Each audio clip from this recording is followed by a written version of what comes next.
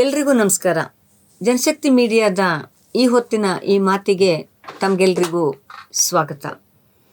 ಯಾಕೋ ಸುತ್ತಮುತ್ತ ನಡೀತಾ ಇರುವಂತಹ ಘಟನೆಗಳು ತುಂಬ ಭೀಕರ, ಬೀಭತ್ಸ ಅಂತ ಅನ್ನಿಸ್ತಾ ಇದೆ.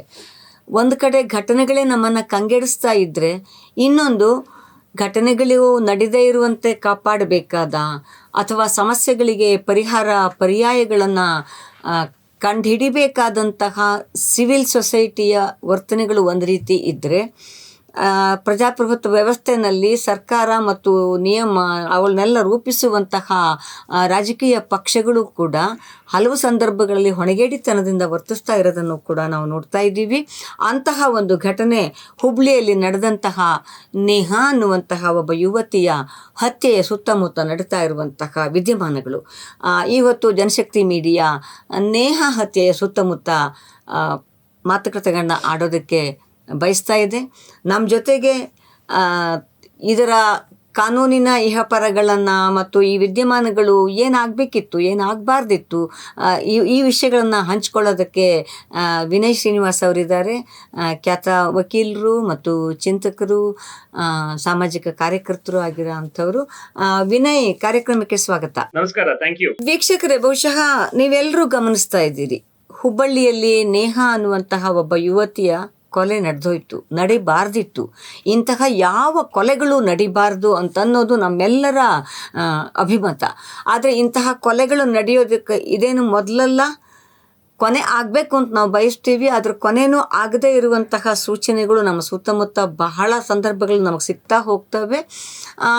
ಈ ಹಿಂದೆಯೂ ಕೂಡ ಇಂತಹ ಹಲವಾರು ಘಟನೆಗಳು ನಡೆದಿದ್ದಾವೆ. ಹಾಗಾಗಿ ಈ ಸಂದರ್ಭದಲ್ಲಿ ಇಂತಹ ಘಟನೆಗಳು ನಡೆಯಬಾರದಂತೆ ಆಗಬೇಕಾದಂತಹ ಪರಿವರ್ತನೆಗಳೇನು, ಪರಿಹಾರಗಳೇನು ಅಂತ ಅನ್ನೋದನ್ನು ಚರ್ಚೆ ಮಾಡ್ತಾ, ವಿನಯ್ ಅವರೇ, ಈ ನೇಹಾ ಅವರ ಭೀಕರ ಹತ್ಯೆ ಮತ್ತು ಅದರ ನಂತರದ ವಿದ್ಯಮಾನಗಳ ಬಗ್ಗೆ ನಿಮ್ಮ ಅಭಿಪ್ರಾಯ ಏನು ಅನ್ಸುತ್ತೆ? ಮೊದಲನೇದಾಗಿ ನೇಹಾ ಅವರ ಹತ್ಯೆ ಇದೆಯಲ್ಲ, ಇದು ನಮ್ಮ ಸಮಾಜದಲ್ಲಿ ಇರುವಂತ ಒಂದು ಸಮಸ್ಯೆನ ತೋರಿಸುತ್ತೆ. ಹಗಲಲ್ಲೇ ಒಂದು ಕಾಲೇಜ್ ಹೋಗ್ಬಿಟ್ಟು ಒಬ್ಬ ಗಂಡಸು ಒಂದು ಹುಡುಗಿನ ಆತರ ಅವಳ ಮೇಲೆ ದಾಳಿ ಮಾಡಿ ಕೊಲ್ತಾನೆ ಅಂತ ಹೇಳಿದ್ರೆ, ನಮ್ಮ ಸಮಾಜದಲ್ಲಿ ಹೆಂಗಸರ ಪರಿಸ್ಥಿತಿ ಯಾವ ತರ ಇದೆ ಅಂತ ನಾವು ಅರ್ಥ ಮಾಡ್ಕೋಬೇಕಾಗುತ್ತೆ. ನೇಹಾ ಅವ್ರಿಗೂ ಫಯಾಜ್ ಅವ್ರಿಗೂ ಮುಂಚೆನೆ ಪರಿಚಯ ಇತ್ತು ಅಂತಾನು ಹೇಳಿದ್ದಾರೆ. ಮತ್ತೆ ಫಯಾಜ್ ಅವ್ರ ತಾಯಿನೂ ಹೇಳಿದ್ದಾರೆ ಅವ್ರು ಮದ್ವೆ ಮಾಡ್ಕೋಬೇಕು ಅಂತ ಇದ್ರು ಅಂತ. ನಮ್ಮಲ್ಲಿ ಬಾಬಾ ಸಾಹೇಬ್ ಅಂಬೇಡ್ಕರ್ ಅವ್ರು ಹೇಳಿದ್ರು, ಒಂದು ಸಮಾಜ ಎಷ್ಟು ಮುಂದುವರೆದಿದೆ ಅಂತ ನೋಡೋದಕ್ಕೆ ಆ ಸಮಾಜದಲ್ಲಿ ಮಹಿಳೆಯರು ಎಷ್ಟು ಮುಂದುವರೆದಿದ್ದಾರೆ, ಮಹಿಳೆಯರ ಸ್ಥಿತಿಗತಿ, ಸ್ಥಾನಮಾನ ಎಷ್ಟು ಮುಂದುವರೆದಿದೆ ಅಂತ ನೋಡ್ಬೇಕು. ನಮ್ಮ ಸಮಾಜದಲ್ಲಿ ಇವತ್ತು ಸಹ ಮಹಿಳೆಯರಿಗೆ ಇಲ್ಲ, ನನಗೆ ಬೇಡ ಅಂತ ಹೇಳಿದ್ರೆ ಅವ್ರಿಗೆ ಈ ರೀತಿ ಸಮಸ್ಯೆಗಳಾಗ್ತಾ ಇರೋದು ನಾವು ಕಂಡು ಬರ್ತಾ ಇದ್ದೀವಿ. ಮೊನ್ನೆ ಆಗಿದ್ದು ನೇಹಾ ಮತ್ತು ಫಯಾಜ್ ಅವರು. ಅದೇ ಇದೇ ರೀತಿ ಕರ್ನಾಟಕದಲ್ಲಿ ಹಲವಾರು ಘಟನೆಗಳು. ಮಾರ್ಚ್ 2020 22 ನನ್ಗೊಂದ್ ಸಡನ್ ಫೋನ್, ಏನಪ್ಪಾ ಅಂತ ಹೇಳಿದ್ರೆ, ದಾನೇಶ್ವರಿ ಅಂತ ಒಬ್ರು ಯುವತಿನ ಅವ್ರು ಶಿವಕುಮಾರ್ ಅಂತ ಒಬ್ಬರನ್ನ ಅವ್ರು ಪ್ರೀತಿಸ್ತಾ ಇದ್ರು, ಅವರು ಸುಟ್ಟು ಹಾಕಿ ಕೊಂದಿದ್ದಾರೆ. ಈ ತರ ಆಗಿದೆ, ಅವರು ತಂದೆಯವ್ರ ಪೊಲೀಸ್ ಸ್ಟೇಷನ್ ಹತ್ರ ಇದ್ದಾರೆ, ACP ಆಫೀಸ್ ಹತ್ರ ಇದ್ದಾರೆ, ಬನ್ನಿ ಅಂತ ಹೇಳಿ ಒಂದು ಕರೆ ಬಂತು. ಅಲ್ಲಿಗೆ ಹೋಗಿ ಅಲ್ಲೂ ಸಹ ಅದೇ ತರ ಆಯ್ತು. ನವೆಂಬರ್ 2023 ಪ್ರವೀಣ್ ಚೌಗ್ಲೆ ಅನ್ನೋರು, ಒಂದು ಏರೋಪ್ಲೇನ್ ಇದ್ರಲ್ಲಿ ವರ್ಕ್ ಮಾಡಂತವ್ರು, ಅವರು ಐನಾಜ್ ಅಂತ ಹುಡುಗಿನ ಇಷ್ಟಪಟ್ಟಿದ್ರು. ಅವ್ರು ಬೇಡ ಅಂತ ಹೇಳಿದಕ್ಕೆ ಐನಾಜ್ ಮಾತ್ರ ಅಲ್ಲದೆ ಅವ್ರ ಕುಟುಂಬದವ್ರನ್ನು ಕೊಂದಾಕ್ಬಿಟ್ರು. ಮಾರ್ಚ್ 2024 ಒಂದು ಯಾವ್ದೋ ಒಂದು ಹೆಣ್ಮಗಳ ಶವ ಸಿಕ್ತು, ಸುಟ್ಟಾಕಿದ್ರು ಯಾರೋ. ಅವ್ರು ಯಾರು ಅಂತ ಗೊತ್ತಿರ್ಲಿಲ್ಲ, ಯಾರು ಸುಟ್ಟಾಕಿದ್ದು ಅಂತ ಗೊತ್ತಾಗಿಲ್ಲ. ಆಮೇಲೆ ನಂತರ ಗೊತ್ತಾಯ್ತು ಆ ಲೇಡಿ ಹೆಸರು ರುಕ್ಸಾನಾ ಅಂತ. ಅವರು ಪ್ರದೀಪ್ ಅನ್ನೋರ್ನ ಪ್ರೀತಿಸಿದ್ರು. ಪ್ರದೀಪ್ ಅನ್ನೋರ್ನ, ಬಟ್ ಆ ಪ್ರದೀಪ್ ಆಲ್ರೆಡಿ ಮದ್ವೆ ಆಗಿತ್ತು. ಇವ್ರು ಮದ್ವೆ ಮಾಡ್ಕೋಬೇಕು ಅಂತ ಕೇಳ್ತಾ ಇದಾರೆ ಅಂತ ಹೇಳಿ ಆ ಪ್ರದೀಪ್ ಅವ್ರನ್ನ ಸುಟ್ಟಾಕ್ಬಿಟ್ಟು ಕೊಂದಿದ್ದಾರೆ. ಅದೇ ರೀತಿ ಗಿರೀಶ್ ಅಂತ ಒಬ್ಬ ಇದ್ದ, ಅವರು ಫರೀದಾ ಅಂತ ಒಬ್ಬರನ್ನ ಪ್ರೀತಿ ಮಾಡ್ತಾ ಇದ್ರು. ಅವರು ಸಹ ಫರೀದಾ ಬೇಡ ಅಂತ ಹೇಳಿದಕ್ಕೆ ಈ ಗಿರೀಶ್ ಫರೀದಾ ಅವ್ರನ್ನ ಕೊಂದಿದ್ದಾರೆ. ಇದು ಮಾರ್ಚ್ 2024 ಆಗಿತ್ತು. ಮತ್ ನಾವ್ ಏಪ್ರಿಲ್ ಅಲ್ಲಿ ನೋಡಿದ್ರೆ JP ನಗರ್ ಪಾರ್ಕ್ ಅಲ್ಲಿ ಹಗಲಲ್ಲೇ ಸುರೇಶ್ ಅನ್ನಾತ ಅನುಷ್ ಅಂತ ಒಬ್ಬರನ್ನ ಪ್ರೀತಿ ಮಾಡ್ತಾ ಇದ್ರು. ಅನುಷ್ ಅವರು ಬೇಡ ಅಂತ ಹೇಳಿದಕ್ಕೆ ಪಾರ್ಕ್ ಅಲ್ಲೇ ಎಲ್ಲರ ಮುಂದೆನೆ ಕೊಂದಾಕ್ಬಿಟ್ಟಿದ್ದಾರೆ. ಸೊ ಫಯಾಜ್ ಮತ್ತೆ ನೇಹಾ ಅವರ ಭೀಕರ ಹತ್ಯೆ ಮಾಡಿದ್ರಲ್ಲ, ಇದು ಹೆಣ್ಮಕ್ಕಳ ಸಾವಿನ ಸರಣಿಯಲ್ಲಿ, ಕರ್ನಾಟಕದಲ್ಲಿ ನಡೆದಿರುವಂತ ಹೆಣ್ಮಕ್ಳ ಸಾವಿನ ಸರಣಿಯಲ್ಲಿ ಮುಂದುವರೆದಂತ ಒಂದು ಘಟನೆ. ಇದು ಇಲ್ಲಿಗೆ ನಿಲ್ಬೇಕು. ಬಟ್ ಇದು ಇಲ್ಲಿಗೆ ನಿಲ್ಬೇಕು ಅಂತ ಹೇಳಿದ್ರೆ ಬರೀ ಕಾನೂನು ಮಾತ್ರ ಇದ್ರೆ ಸಾಲದಿಲ್ಲ. ಈ ಕಾನೂನು ಪ್ರಕಾರ ಅವ್ರನ್ನ ಅರೆಸ್ಟ್ ಮಾಡಿದ್ದಾರೆ, ತನಿಖೆನ CIDಗೆ ಒಪ್ಸಿದ್ದಾರೆ, ಫಾಸ್ಟ್ ಟ್ರ್ಯಾಕ್ ಕೋರ್ಟ್ ಮಾಡಿದ್ದಾರೆ. ಆದ್ರೆ ನಮ್ಗೆ ಬೇಕಾಗಿರೋದು ನಮ್ಮಂತ ಗಂಡಸರ ಮನಸ್ಥಿತಿಯ ಬದಲಾವಣೆ ಬೇಕಾಗಿದೆ. ನೋ ಅಂತ ಹೆಣ್ಮಕ್ಳು ಹೇಳಿದಾಗ ಅದನ್ನ ಗೌರವದಿಂದ ಸ್ವೀಕಾರ ಮಾಡೋದು ಗಂಡಸರಿಗೆ, ಈ ದೇಶದ ಗಂಡಸರಿಗೆ, ಈ ರಾಜ್ಯದ ಗಂಡಸರಿಗೆ ಇನ್ನೂ ಗೊತ್ತಿಲ್ಲ. ಅದು I agree with you Vinay. ಪ್ರಶ್ನೆ ಇರೋದು ಇಲ್ಲಿ, ನೀವು ಕೇವಲ ನೇಹಾ ಮತ್ತು ಫಯಾಜ್ ಮಾತ್ರ ಅಲ್ಲ, ಇಂತಹ ಹಲವು ಪ್ರಕರಣಗಳು ಈ ಹಿಂದೆಯೂ ನಡೆದಿದ್ದನ್ನು ನೀವು ಕೆಲವನ್ನ ಪಟ್ಟಿ ಮಾಡಿದ್ರಿ. ಬಹುಶಃ ಇವತ್ತು ಪತ್ರಿಕೆಯಲ್ಲಿ ಇನ್ನೊಂದು ಬಂದಿದೆ, ಆನ್ಲೈನಲ್ಲಿ ಸ್ನೇಹಿತನಾಗಿದ್ದಂಥವನು ಒಬ್ಬ ಮಹಿಳೆಯ ಅಪಾರ್ಟ್ಮೆಂಟಿಗೆ ಹೋಗಿ ಏಪ್ರಿಲ್ 18ನೇ ತಾರೀಕು ಅವಳನ್ನು ಕೊಲೆ ಮಾಡಿದ್ದ ಅಂತ ಅನ್ನೋದು. ಪತ್ರಿಕೆಗಳ ವರದಿಯ ಪ್ರಕಾರ ಆಕೆಯ ಹೆಸರು ಶೋಭಾ, 48 ಇಯರ್ಸು.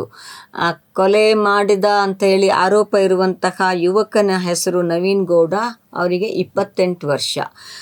ಅಂದರೆ ವಯಸ್ಸಿನ ಇವುಗಳೂ ಕೂಡ ಅಡ್ಡ ಬರದೇ ಇರುವ ಥರದಲ್ಲಿ ಈ ಥರದ ಕೊಲೆಗಳು, ಹತ್ಯೆಗಳು, ಹಿಂಸೆಗಳು ನಡೀತಾ ಇದ್ದಾವೆ.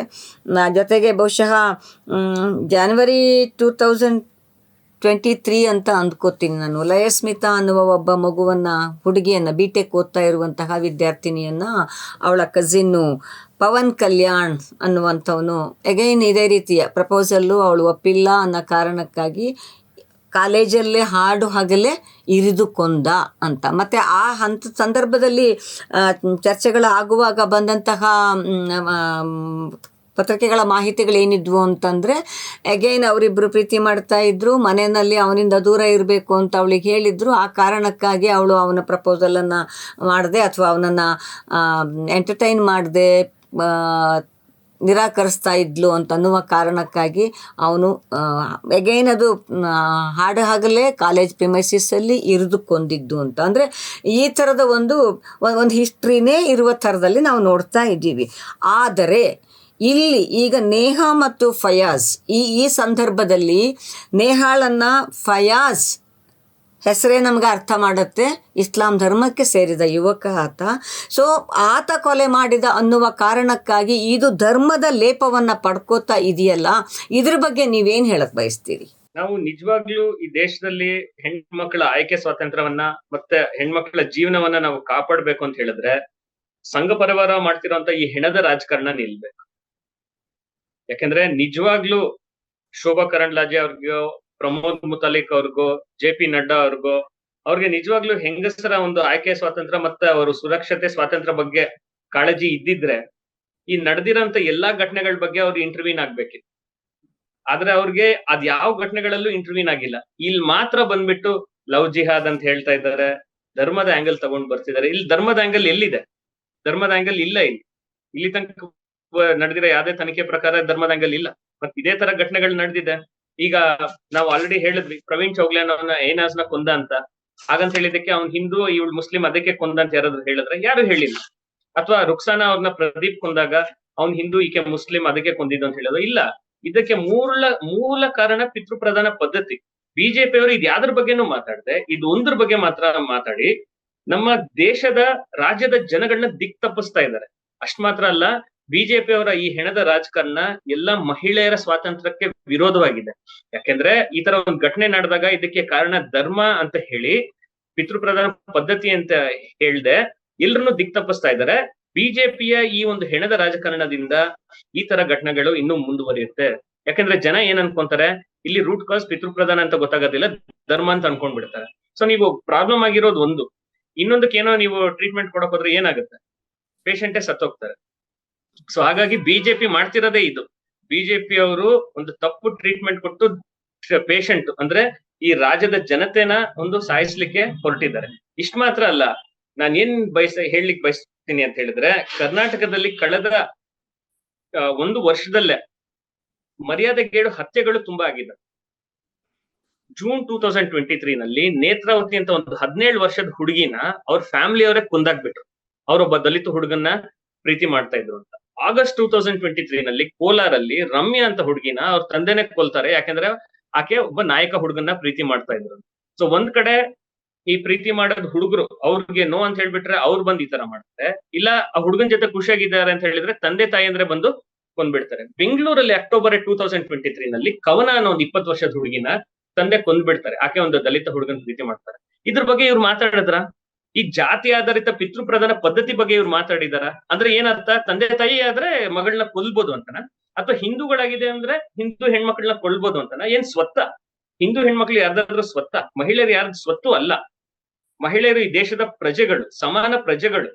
ಬಸವಣ್ಣ ಅವ್ರು ಹೇಳಿರೋದು ಅದೇ, ಅಂಬೇಡ್ಕರ್ ಅವ್ರು ಹೇಳಿರೋದು ಅದೇ, ಸಂವಿಧಾನ ಹೇಳಿರೋದು. ಆದ್ರೆ ಬಿಜೆಪಿ ಅವರ ಈ ಒಂದು ದಿಕ್ತಪ್ಪಿಸುವ ರಾಜಕಾರಣದಿಂದ ಈ ರಾಜ್ಯದ ಹೆಣ್ಮಕ್ಕಳಿಗೆ ಇನ್ನೊಂದಷ್ಟು ಬಹಳ ಡೇಂಜರ್ ಇದೆ. ಅಷ್ಟ್ ಮಾತ್ರ ಅಲ್ಲ, ಗಂಡಸರು ಸಹ ಅವರು ತಿದ್ಕೊಳ್ಳೋದಿಲ್ಲ. ಯಾಕಂದ್ರೆ ಕಾರಣನೇ ಬೇರೆ ಏನೋ ಅಂತ ಅನ್ಕೊಂತಾರೆ. So BJP is giving free lease. ಈ ತರ ಗಂಡಸರು ಈ ತರ ಕೊಲೆಗಳು ಮಾಡ್ತಾ ಇದ್ರೆ ಆಯ್ತು, ನೀವ್ ಮಾಡ್ಕೊಳ್ಳಿ. ಹಿಂದೂ ಹುಡುಗರು ಹಿಂದೂ ಹೆಣ್ಮಕ್ಳನ್ನ ಕೊಂದ್ರೆ ಪರವಾಗಿಲ್ಲ, ಹಿಂದೂ ತಂದೆ ತಾಯಂದ್ರು ಹಿಂದೂ ಹೆಣ್ಮಕ್ಳನ್ನ ಕೊಂದ್ರೆ ಪರವಾಗಿಲ್ಲ, ಯಾರಿಗೂ ಏನೂ ಇಲ್ಲ. ಆದ್ರೆ ಬೇರೆ ಧರ್ಮದವರು ಒಂದು ಹಿಂದೂ ಹೆಣ್ಮಗಳನ್ನ ಕೊಂದ್ಬಿಟ್ರೆ ಅದು ಮಾತ್ರ ಸಮಸ್ಯೆ ಅಂತ ಹೇಳ್ಕೊಂಡು ಬಿಜೆಪಿ ಶೋಯಿಂಗ್ ದಟ್ ಅವ್ರ ಪ್ರಕಾರ ಹಿಂದೂ ಹೆಣ್ಮಕ್ಳು ಅವರ ಸ್ವತ್ತು ಅಷ್ಟೇ, ಬೇರೆ ಏನು ಅಲ್ಲ ಅವ್ರಿಗೆ. ಅಂದ್ರೆ ಅದಕ್ಕಾಗೇನೆ ಅಂದ್ರೆ ನಮ್ಮ ದೇಶದ ಸಂವಿಧಾನವನ್ನ ಒಪ್ಪದೇನೆ ಮನುಧರ್ಮಶಾಸ್ತ್ರವನ್ನ ಒಪ್ತಾರೆ ಅವರು ಅಂತ ಹೇಳುವ ಅದಕ್ಕೆ ಇವೆಲ್ಲವೂ ಕೂಡ ಸಾಕ್ಷಿ ಅಥವಾ ಉದಾಹರಣೆಗಳು ಅಂತ ನಾವು ಅಂದ್ಕೋಬಹುದು. ಅಗೇನ್ ನಾನು I come back to that. ಒಂದ್ ಮಾತು ಹೇಳ್ಬಿಡ್ತೀನಿ ನೀವು, ಯಾಕಂದ್ರೆ ನೀವು ಹೇಳಿದ್ರಲ್ಲ ಮನುಧರ್ಮಶಾಸ್ತ್ರ ಅಂತ. ಆ ಮನುಸ್ಮೃತಿಯಲ್ಲಿ ಒಂದು ಹುಡುಗಿ ಮದ್ವೆ ಆಗೋ ತನಕ ಗಂಡನ ತಂದೆ ತಾಯಿ ಹೇಳ್ದಂಗೆ ಇರ್ಬೇಕು, ತಂದೆ ಹೇಳ್ದಂಗೆ ಇರ್ಬೇಕು, ಮದ್ವೆ ಆದ್ಮೇಲೆ ಗಂಡನ ಆಸ್ತಿ ಅನ್ನೋ ತರ ಇದೆಯಲ್ಲ, ಮನುಧರ್ಮ ಶಾಸ್ತ್ರದಲ್ಲಿ ಈ ರೀತಿ ಹೇಳಿದೆಯಲ್ಲ, ಇದೇ ಒಂದು ಮೂಲ. ಮತ್ತೆ ಮನುಸ್ಮೃತಿ ಮಾತ್ರ ಅಲ್ಲ, ಈಗ ಬೇರೆ ಎಲ್ಲಿ ನೋಡಿದ್ರು, ಬೇರೆ ಧರ್ಮದವರು ನೋಡಿದ್ರು ಒಂದು ಮನಸ್ಥಿತಿ ಯಾವ ತರ ಆಗ್ಬಿಟ್ಟಿದೆ ಅಂದ್ರೆ ಜನಗಳಿಗೆ ಹೆಣ್ಣು ಅಂದ್ರೆ ತಂದೆಯ ಸ್ವತ್ತು ಅಥವಾ ಗಂಡನ ಸ್ವತ್ತು ಅನ್ನೋ ತರ ಆಗ್ಬಿಟ್ಟಿದೆ. ಹಾಗಾಗಿ ಈ ಒಂದು ಘಟನೆಗಳು ನಡೀತಿರೋದು. ಹೆಣ್ಣು ಅಂತ ಹೇಳಿದ್ರೆ ಗಂಡ ಹೇಳ್ದಂಗೆ ಕೇಳ್ಬೇಕು, ಲವರ್ ಹೇಳ್ದಂಗೆ ಕೇಳ್ಬೇಕು, ತಂದೆ ಹೇಳ್ದಂಗೆ ಕೇಳ್ಬೇಕು, ಯಾರಾದ್ರೂ ಹೇಳ್ದಂಗೆ ಕೇಳ್ಬೇಕು. ಆಯ್ಕೆಯ ಸ್ವಾತಂತ್ರ್ಯ ಎಲ್ಲಿದೆ? ಸಂವಿಧಾನ ದೇಶದ ಪ್ರತಿ ಪ್ರಜೆಗೂ ಆಯ್ಕೆಯ ಸ್ವಾತಂತ್ರ್ಯ ಇದೆ. ಆದ್ರೆ ಇವತ್ತು ಹೆಣ್ಮಕ್ಳಿಗೆ ಬಟ್ಟೆಯಲ್ಲಿ ಆಯ್ಕೆಯ ಸ್ವಾತಂತ್ರ್ಯ ಇಲ್ಲ, ಆಹಾರದಲ್ಲಿ ಆಯ್ಕೆಯ ಸ್ವಾತಂತ್ರ್ಯ ಇಲ್ಲ, ಪ್ರೀತಿಯಲ್ಲಿ ಆಯ್ಕೆಯ ಸ್ವಾತಂತ್ರ್ಯ ಇಲ್ಲ, ಮದುವೆಯಲ್ಲೇ ಆಯ್ಕೆಯ ಸ್ವಾತಂತ್ರ್ಯ ಇಲ್ಲ. ಇದು ಮೂಲ ಕಾರಣ. ಇದ್ರ ಬಗ್ಗೆ ನಾವು ಮಾತಾಡ್ಬೇಕಾಗಿದೆ. ಎಸ್, ಅಂದರೆ ಪಿತೃಪ್ರಧಾನ ಪಾಳೆಗಾರಿ ಮೌಲ್ಯಗಳು ಬೇರ್ಬಿಟ್ಟಿರುವಂತಹ ಈ ವ್ಯವಸ್ಥೆನಲ್ಲಿ ಸಂವಿಧಾನವನ್ನು ಕೂಡ ಪಕ್ಕಕ್ಕೆ ಇಟ್ಟು ಈ ರೀತಿಯ ಘಟನೆಗಳು ನಡೀತಾ ಇರೋ ಅಂಥದ್ದು. ಬಟ್ ಈ ಭಾರತೀಯ ಜನತಾ ಪಕ್ಷ ಈಗ ಮಾಡ್ತಾ ಇರುವಂತಹ ಈ ಮಧ್ಯಪ್ರವೇಶಗಳು ಪಿಕ್ ಆ್ಯಂಡ್ ಚೂಸ್.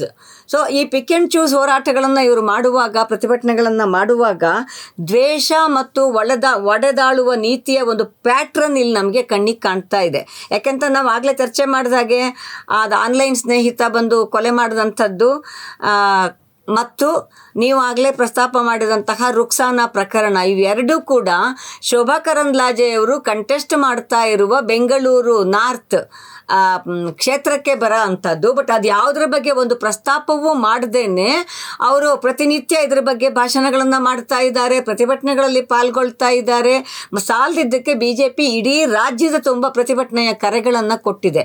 ಅಂದರೆ ಇದರ ಮೂಲಕ ಕೇವಲ ತನ್ನ ಸೈದ್ಧಾಂತಿಕವಾಗಿ ಮಹಿಳಾ ವಿರೋಧಿ ಧೋರಣೆಗಳನ್ನು ಮಾತ್ರವೇ ಅಲ್ಲದೇನೆ ಈ ಲೋಕಸಭಾ ಚುನಾವಣೆಗೆ ಇದನ್ನೇನಾದ್ರೂ ಮತಬೇಟೆಯ ರಾಜಕಾರಣವನ್ನಾಗಿ ಬಳಸ್ಕೊತಾ ಇದ್ದಾರಾ ಅಂತ. ಏನು ಸಮಸ್ಯೆ ಅಂತ ಹೇಳಿದ್ರೆ, ನಮ್ಮ ರೆಪ್ರೆಸೆಂಟೇಷನ್ ಆಫ್ ಪೀಪಲ್ಸ್ ಆಕ್ಟ್ ಅಲ್ಲಿ ಸೆಕ್ಷನ್ 123(3)(4) ಎಲ್ಲ ತುಂಬಾ 123(3) ತುಂಬಾ ಸ್ಪಷ್ಟವಾಗಿ ಹೇಳುತ್ತೆ, ನೀವು ಧರ್ಮನ ಉಪಯೋಗಿಸ್ಕೋಬಾರ್ದು ರಾಜಕಾರಣಕ್ಕೆ ಚುನಾವಣೆ ಟೈಮ್ ಅಲ್ಲಿ ಅಂತ.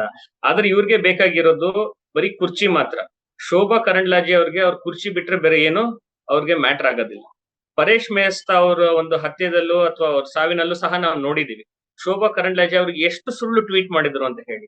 ಆಮೇಲೆ ಪೋಸ್ಟ್ ಮಾರ್ಟಮ್ ಆಯ್ತು, ಕೋರ್ಟಲ್ ಪ್ರಕರಣ ಆಯ್ತು, ಎಲ್ಲ ಶೋಭಾ ಕರಂದ್ಲಾಜೆ ಅವ್ರು ಹೇಳಿರೋದು ಬರೀ ಸುಳ್ಳು ಅಂತ ಗೊತ್ತಾಯ್ತು. ಇಲ್ಲಿ ಸಮಸ್ಯೆ ಏನಂತ ಹೇಳಿದ್ರೆ, ಶೋಭಾ ಕರಂದ್ಲಾಜೆನೂ ಕ್ಷಮೆ ಯಾಚಿಸಿಲ್ಲ, ಅಥವಾ ಅವ್ರನ್ನ ವೋಟ್ ಮಾಡಿದವರು ಸಹ ಕೇಳಿಲ್ಲ. ಆದ್ಮೇಲೆ ನೀವು ಹೇಳಿದ್ರಿ, ನೀವ್ ತಪ್ಪಾಯ್ತಲ್ಲ, ಯಾಕೆ ಮತ್ತೆ ಈ ತರ ಹೇಳಿದ್ರಿ ಅಂತ. ಜನಗಳಿಗೂ ಈ ತರ ಶಾರ್ಟ್ ಟರ್ಮ್ ಮೆಮರಿ ಆಗ್ಬಿಡಿ. ಶೋಭಾ ಕರಂದ್ಲಾಜೆ ಅವರು ನಗರಪೇಟೆ ಒಂದು ಘಟನೆ ಆದಾಗ್ಲೂ ಸಹ ಅಲ್ಲಿ ಹೋಗ್ಬಿಟ್ಟು ತಮಿಳ್ರು ಇಲ್ಲಿಗೆ ಬಂದು ಇಡ್ತಾ ಇದಾರೆ. ಅಂದ್ರೆ ಇವ್ರದ್ದು ಬರೀ ಕೆಲಸ ಬರೀ ಒಂದು ಡಿವೈಡ್ ಮಾಡೋದೇ ಕೆಲಸ ಆಗ್ಬಿಟ್ಟಿದೆ. ಮತ್ತೆ ಅವ್ರ ಕುರ್ಚಿ ಉಳಿಸ್ಕೊಳ್ಳೋದಕ್ಕೋಸ್ಕರ ಏನ್ ಮಾಡ್ಬೇಕು ಅಷ್ಟ್ ಮಾತ್ರ ಮಾಡ್ತಾರೆ. ನಿಜವಾಗ್ಲೂ ಶೋಭಾ ಕರಂದ್ಲಾಜೆ ಅವ್ರಿಗೆ ಹೆಣ್ಮಕ್ಳ ಮೇಲೆ ಒಂದು ಜೀವನದ ಮೇಲೆ ಆತಂಕ ಇದಿದೆ ಅಂತ ಹೇಳಿದ್ರೆ, ನೀವ್ ಹೇಳ್ದಂಗೆ ಈ ಡೇಟಿಂಗ್ ವೆಬ್ಸೈಟ್ ಅಲ್ಲಿ ಯಾರೋ ಒಬ್ಬನ್ನ ಮೀಟ್ ಮಾಡಿ ಆ ಹುಡುಗಿ ಕೊಲೆ ಆದ್ರಲ್ಲ, ಅವ್ರ ಬಗ್ಗೆ ಮಾತಾಡ್ಬೇಕಿತ್ತು. ಹೆಣ್ಮಕ್ಳ ಒಂದು ಸೇಫ್ಟಿ ಬಗ್ಗೆ ಏನ್ ಆಗ್ತಾ ಇದೆ ಅಂತ ಕೇಳ್ಬೇಕಿತ್ತು. ಅಂದ್ರೆ ಇವ್ರ ಸರ್ಕಾರನ ಪ್ರಶ್ನೆ ಮಾಡ್ತಾರೆ, ಬರೀ ಮುಸ್ಲಿಮರು ಬಂದಾಗ ಸರ್ಕಾರನ ಪ್ರಶ್ನೆ ಮಾಡ್ತಾರೆ. ಈ ಕಡೆ ಇದು ಸರ್ಕಾರದ ಫೇಲಿಯರ್ ಇಂದ ಆಯ್ತಾ, ಲಾ ಅಂಡ್ ಆರ್ಡರ್ ಫೇಲಿಯರ್ ಇಂದ ಆಯ್ತಾ? ಪ್ರಶ್ನೆ ಮಾಡಿ ನೀವು ಕಾಂಗ್ರೆಸ್ ಸರ್ಕಾರನ. ನೀವ್ ಯಾಕೆ ಪ್ರಶ್ನೆ ಮಾಡ್ತಿಲ್ಲ ಕಾಂಗ್ರೆಸ್ ಸರ್ಕಾರನ? ಮರ್ಯಾದೆಗೇಡು ಹತ್ಯೆಗಳು ಆಯ್ತಲ್ಲ, ಅಷ್ಟೊಂದು ಆಯ್ತಲ್ಲ, ನೀವು ಪ್ರಶ್ನೆ ಮಾಡಿ ಕಾಂಗ್ರೆಸ್ ಸರ್ಕಾರನ. ಯಾಕೆ ಮರ್ಯಾದೆಗೇಡು ಹತ್ಯೆ ವಿರುದ್ಧ ನೀವೊಂದು ಕಾನೂನು ತರ್ತಾ ಇಲ್ಲ ಅಂತ. ಅಂದ್ರೆ ಅವ್ರಿಗೆ ಬೇಕಾಗಿರೋದು ಇದು ಮಾತ್ರ, ಧರ್ಮ ಮಾತ್ರ, ಧರ್ಮದ ರಾಜಕಾರಣ, ಹೆಣದ ರಾಜಕಾರಣ. ಸೊ ಹೆಣದ ರಾಜಕಾರಣವನ್ನ ಮಾಡಿಯಾದ್ರೂ ಕೂಡ ಮತಬೇಟೆಗೆ ಅವರು ತಯಾರಿದ್ದಾರೆ ಅಂತ ಅನ್ನೋದನ್ನ ಸ್ಪಷ್ಟಪಡಿಸಿದ್ರಿ. ನನಗನ್ಸೋದೇನಂತಂದ್ರೆ, ಅಥವಾ ನಿಮ್ಮ ಹತ್ರ ನಾನು ಕೇಳಕ್ ಬಯಸೋದೇನಂತಂದ್ರೆ, ಇಲ್ಲಿ ಒಂದು ಪ್ಯಾಟ್ರನ್ನು, ಈ ಪ್ಯಾಟ್ರನ್ನ ನಾವು ಚುನಾವಣೆ ಘೋಷಣೆ ಆದ ಕೆಲವೇ ದಿವಸದಲ್ಲಿ ನಗರಪೇಟೆನಲ್ಲಿ ಅವರು ಎಬ್ಸಿದ್ದನ್ನು ನೋಡಿದ್ವಿ ನಾವು.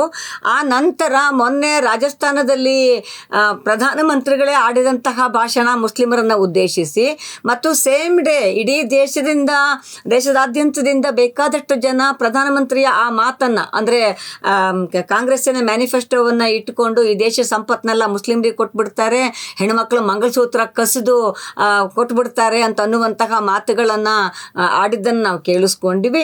ಮತ್ತು ಅವತ್ತೇನೆ ಅಥವಾ ಮಾರನೇ ದಿನ ಅಮಿತ್ ಶಾ ಇನ್ನೊಂದು ಕಡೆ ಚುನಾವಣಾ ಪ್ರಚಾರ ಭಾಷಣವನ್ನ ಮಾಡ್ತಾ, ತಾವು 3ನೇ ಬಾರಿ ಅಧಿಕಾರಕ್ಕೆ ಬಂದ್ರೆ ಮುಸ್ಲಿಮರಿಗೆ ಇರುವಂತಹ ಮೀಸಲಾತಿಯನ್ನ ರದ್ದು ಮಾಡ್ತೀವಿ ಅಂತ ಹೇಳಿದ್ರು. ಅಂದ್ರೆ ದೇರ್ ಈಸ್ ಒನ್ ಪ್ಯಾಟ್ರನ್ ತರ ಇದೆಯಾ ಇದು? ಮುಸ್ಲಿಂ ದ್ವೇಷವನ್ನ ಈ ಚುನಾವಣೆಯ ಸಂದರ್ಭದಲ್ಲಿ ಜನರ ಮನಸ್ಸಿನೊಳಗಡೆ ಬಿತ್ತ ಅಂತದ್ದು, ಮತವನ್ನ ಕ್ರೋಢೀಕರಣಗೊಳಿಸ್ಕೊಳ್ಳೋ ಅಂಥದ್ದು, ಅಥವಾ ಡಿವೈಡ್ ಮಾಡಿ